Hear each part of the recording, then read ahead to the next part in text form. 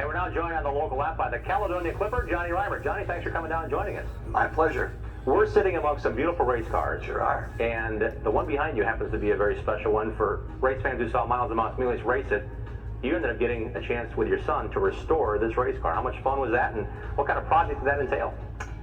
Well, this car was never damaged too severely, therefore it wasn't a big project. Other cars that Mouse drove that we did restore went down the racetrack on its roof, and it was a difficult thing to restore. As we walked into this place today, my son looked around and he saw all these pretty modifieds. He said, boy, he says, the cars look better than they ever did. I said, yeah, that's your fault. I said, you set the bar pretty high when you restored that first one. And that's the way it really was. My kid's to blame. You won many championships along the way. Any special season, any special race car you look back on and say, man, I really like that year, or if I could have a chance to do it again, that'd be the car I want to race it in? Well, of all the cars that I built, and all the cars that I ran with the A3 number on them, I built. And the year that I won the Hills Corners Championship was my best year. Made the most money, had the most fun. That's the car I'd like to do again. We are now joined on the local app by a driver who's been a fixture on the racing scene since 1960. And Willie, Goeden, it's a pleasure to have you here today. Thanks for coming down. And thanks for asking me. From 1964 to 1986, Willie had finished in the top 5 in points every year. 64 to 86. That's a lifetime for a lot of racers. It's amazing to know how well you adapted to both dirt tracks and pavement tracks, sometimes with the same race car. How much work was that to change things over back in the day? Well, it was a lot of work, and had a good pit crew. We knew what we were doing, and we went home and switched. And I like driving hard drive tracks, so I like driving late models and modifieds on hard drive tracks. So it kind of was easy.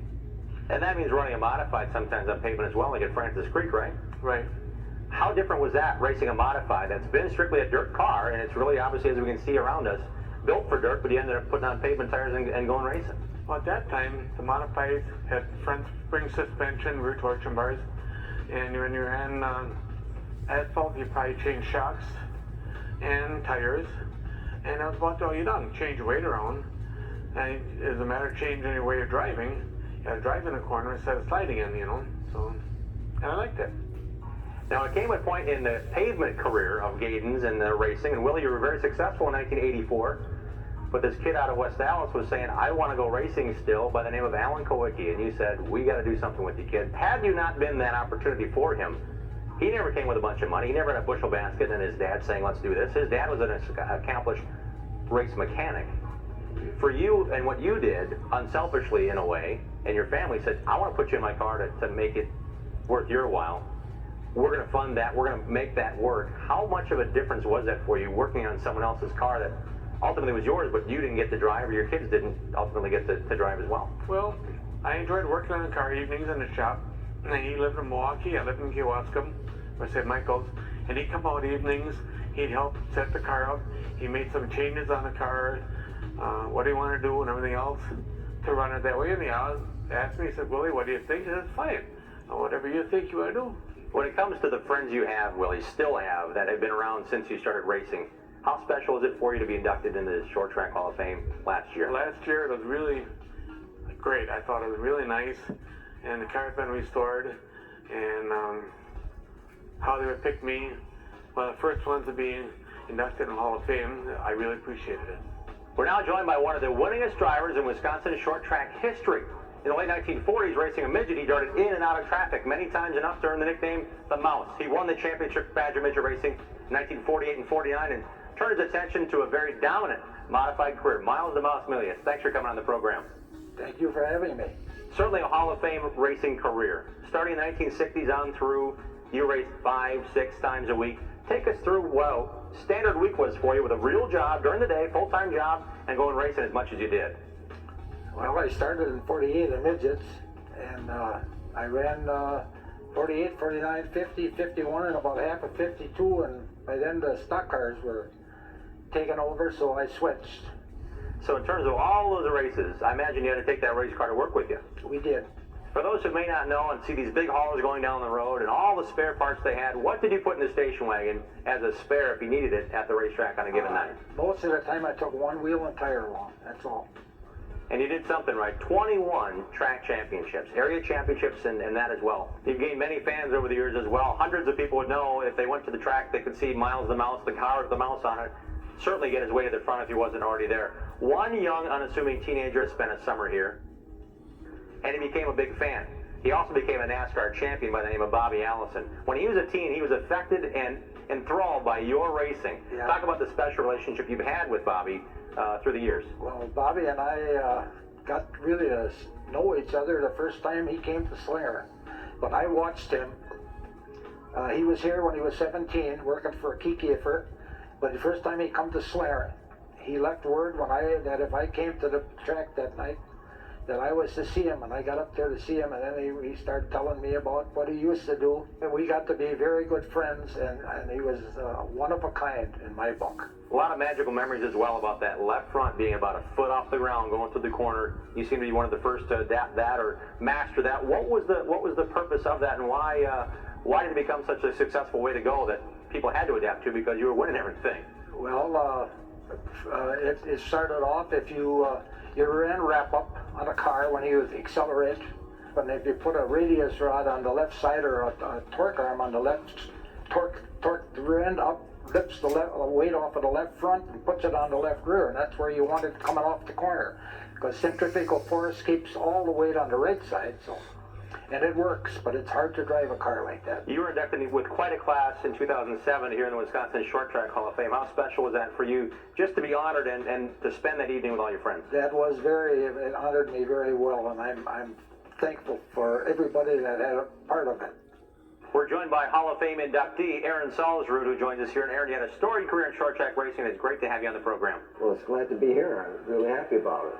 In 1960 was your first year racing. You ended up running with the big boys and won Rookie of the Year against some very stiff competition that you got to race many years with. Tell us how you got started in modified racing.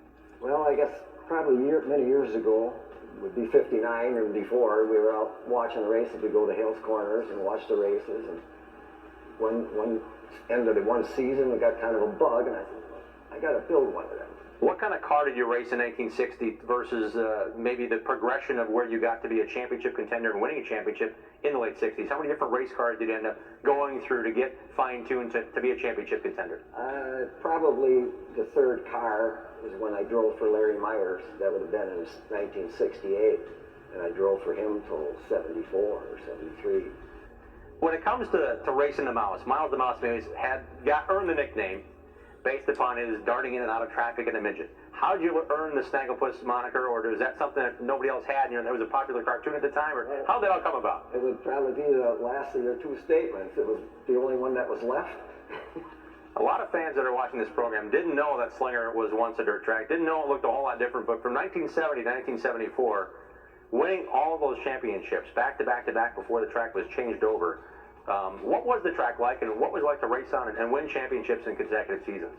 It was a nice track to race on. It usually was good dirt on it, good clay. You were able to motor good. And that's when I was driving the car for Larry Myers that I started in '68 with him.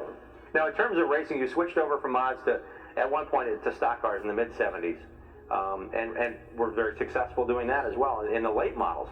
Was that a matter of opportunity? Was it a matter of choice? Did Bill Baling say, I want you to drive my stuff, and here it is, go race? How'd that work? Well, after the modifieds were dying, Larry had a chance, the car owner, to sell the car, and I said, go right ahead, you know, it'd be a shame to lose it, but there's no place left to race without traveling so far. So Bill Baling made me an offer to drive his car, so that's how I ended up in the '74 late model. We're now spending a few minutes with Executive Director of the Wisconsin Automotive Museum, Dale Anderson. Dale, thanks for having us here at your beautiful facility. It's great to have you all here. I want to start with what people may not know about what you have here. Is the largest collection of Kissel cars. People know Briggs & Stratton. People know Harley-Davidson, made in Wisconsin, but that car was built right here in Hartford. The Kissel was built here for 25 years, which makes it the second longest lived car company in the state of Wisconsin. They made 35,000 vehicles, cars, trucks, ambulances, hearses, taxi cabs, and fire engines. And out of that 35,000, there's only about 200 left. I've got 28 of them here. And the notoriety of the car then was fairly popular, not only for the taxi cabs, but for the famous Hollywood types that got to own Kissel cars. There were plenty of Hollywood types, directors, and Amelia Earhart had one, and Claudette Colbert. There's a few others. What I try to do here is have cars that people remember. You can have an Auburn Cord and Duesenberg. They're beautiful cars. They're wonderful. They're great. But whoever saw one? Now, one of the cars that you may remember from the national headlines a couple years ago is a million-mile Saab. It's here. It's here. Yep, you bet. It's here, and it's it's an unbelievable story. And the guy that actually donated it to us, he did a lot of publicity for Saab Corporation, and ultimately they finally did what he wanted. They gave him a new Saab. You must be an enthusiast as well to enjoy and share the passion of all these beautiful cars. Well, this is a great job when you love cars and you get to work with them. You have fun with them. And as you know, there's some trains here too, which is another passion that I have is trains. So it all adds together, and it's not too many times you can get paid to have fun. Dale, thanks for your time. Thanks for joining us here on the Local Lap. You bet. Sit tight. We've got more Local Lap coming right up.